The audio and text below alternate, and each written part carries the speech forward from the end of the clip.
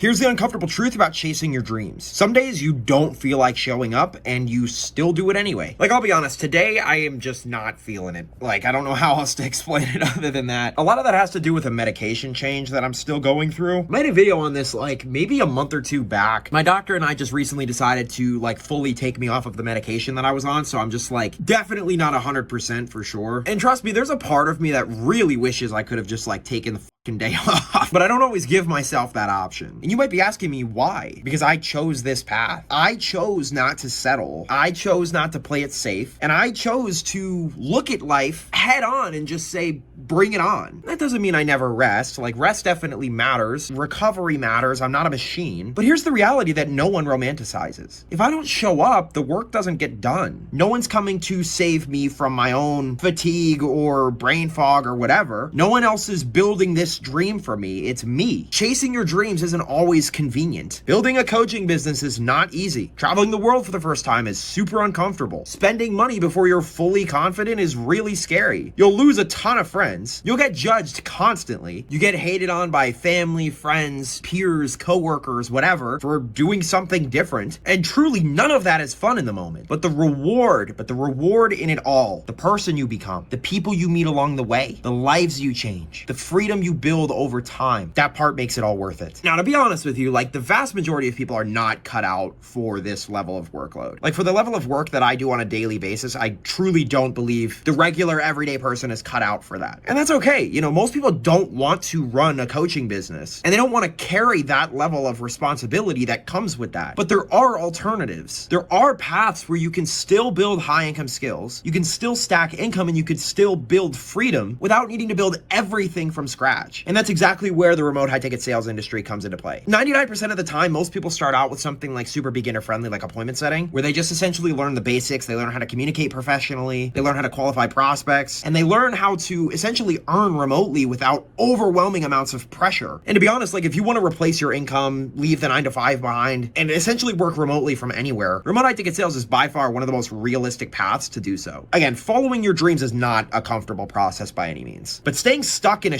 situation and regretting the fact that you never did, honestly, that's a lot worse. So if this resonates with you, take the next step, even on the days you don't feel like it.